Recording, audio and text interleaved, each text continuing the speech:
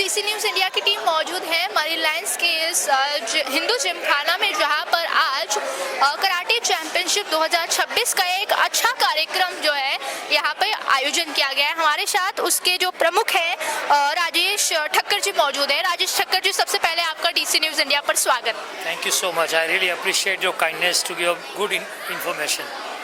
राजेश ठक्कर जी, मुझे बताइए, ये जो एक समूह आपने शुरू किया, कब शुरू किया, कितने साल हुए और कितने लोग आज यहाँ जुड़े हैं? मैंने 1981 फरवरी में कराटे का एकेडमी खोला। तभी 3 बच्चे से शुरू किया था। अभी 17 स्कूलों में क्लास चालू है। अभी हज़ारों बच्चे सीख रहे हैं। आज जो ये चैंपियनशिप है उसके बारे में थोड़ा बताइए। आज जो चैम्पियनशिप है उसमें कम से कम 400 बच्चे लोग पार्ट ले रहे हैं, अलग अलग कैटेगरी में। और ये 2 दिन का प्रोग्राम है, आज और कल। तो मुझे ऐसा लग रहा है कि for me it is like Olympic. Okay, for you it is like Olympic. So कैसे कैसे कैटेगरीज हैं और क्या क्या है? जिसमें बेसिक्स का टूर्नामेंट है, जिसको हम लोग किहोन बोलते हैं। काता है जो एक फॉर्म होता है, और कराटे स्पोर्ट्स जिसको हम शियाई कुमिते बोलते हैं। और मैंने इन्वेंशन शुरू किया था बहुत साल पहले, जिसको हम शेडो शियाई बोलते हैं, free fighting for own improvement. तो ये 4 कैटेगरी का टूर्नामेंट यहाँ हो रहा है। आप हमारे दर्शकों को बताना चाहेंगे कि कराटे और मार्शल आर्ट्स कराटे की शैली है, ठीक है, उसके बारे में अगर आप थोड़ा कुछ बता दें विस्तार से। बेसिकली जैसा स्पोर्ट्स होता है वैसा मार्शल आर्ट होता है। स्पोर्ट्स में बैडमिंटन, स्विमिंग, कैरम, वैसा मार्शल आर्ट में कराटे, जूडो, आइकिडो सब होता है।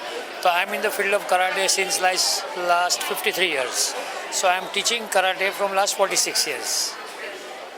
जो बेल्ट होते हैं, स्टांजास होते हैं, अभी आपने कहा कातास वगैरह, उसके बारे में थोड़ा अगर आप विस्तार से बता सकें। काता बेसिकली जो ग्रैंड मास्टर ने फाउंड किया है, उनका हमारा गोजुरी काता है।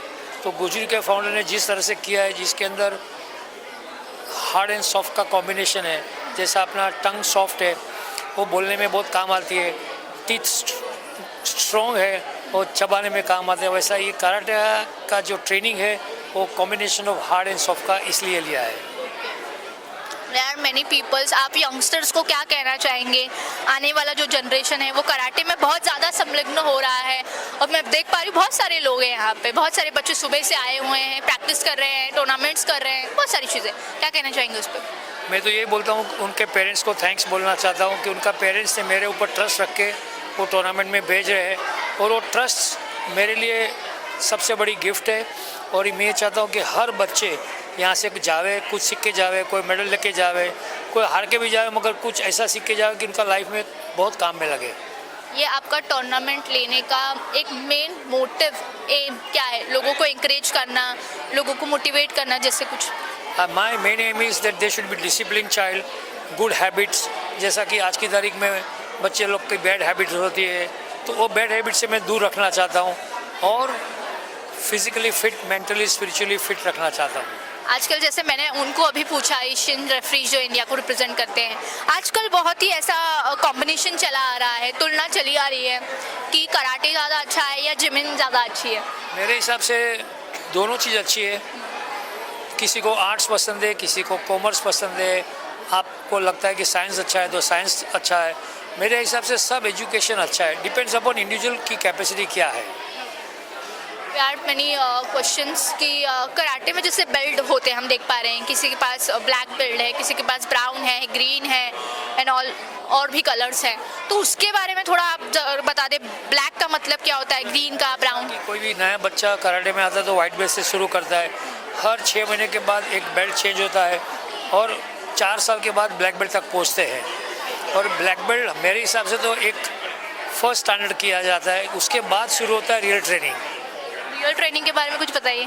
रियल ट्रेनिंग के बाद बोला कि जब ब्लैक बेल्ट होता है तो हम लोग बोलते हैं मास्टर्स ऑफ बेसिक्स।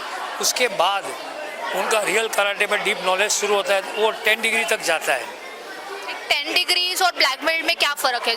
जैसा कि फर्स्ट डिग्री कॉलेज का एक पहला स्टैंडर्ड है, फिर उसके बाद second degree, third degree, BCom, MCom, LLB, तो ये सब फर्स्ट डिग्री से 10 डिग्री तक ट्रेनिंग किया जाता है। और हायर लेवल पे जो ट्रेनिंग है वो जापान से आती है। और जापान जाना पड़ता है। जैसे आपने बोला भी जापान जाना पड़ता है, जापानीज से ये जो मार्शल आर्ट्स और कराटे वगैरह स्टार्ट हुआ, तो आप मुझे बता पाएंगे कि कराटे के जो फॉर्म्स होते हैं, जैसे शोकांतो हो गया और भी गोजुरू एक फॉर्म है, गोजुरू और शोकांतो के बारे में बताइए। वो एंड ऑफ द डे में भाई बहन ही है, खाली मास्टर्स डिफरेंट है, इसलिए नाम शोतोकान डाल दिया, उसका नाम गोजुरू डाल दिया। जैसे यहाँ भरतनाट्यम है वैसा योगा है, तो योगा में भी कितना है, हठ योगा है, ये योगा है, वो योगा है, but end of the day में फिटनेस का ही वर्कआउट है, मेंटली फिजिकली स्पिरिचुअली अच्छा रखने के लिए है। फिर चाहे वो ताइक्वांडो बोलो, कराटे बोलो, शोतोकान बोलो, सब अल्टीमेटली वन फैमिली है। तो आप एक लास्ट सवाल, जो अपकमिंग जनरेशन्स है उनको आप क्या संदेश देना चाहेंगे इस? मैं तो ये संदेश दूँ, आपको जो अच्छा लगे ध्यान रखो, गुड हेल्थ, एक्सरसाइज करो, बैड हैबिट से दूर रहो। जितनी बैड हैबिट से दूर रहेंगे उतना आपको अंदर से ऐसा महसूस होगा जैसा कि रोज़ सुबह फ्रेश एयर अपने को मिलता है तो अपने को लगता है हाथ ही नचा गया, और 24 घंटा ऐसे में जाता है तो विटामिन डी की डेफिशिएंसी होती है। तो ये बॉडी को लॉन्ग लाइफ रखने के लिए exercise is must. So whether he do karate, judo, badminton, swimming, walking, जो उनका सिचुएशन में अच्छा लगता है करे, और ये स्टॉप ना करे। जैसा 2 टाइम खाना चाहिए वैसा दिन में 2 टाइम एक्सरसाइज भी करना चाहिए। ये हमारे साथ थे यहाँ के प्रमुख राजेश ठक्कर जी, जिनसे हमने बातचीत की।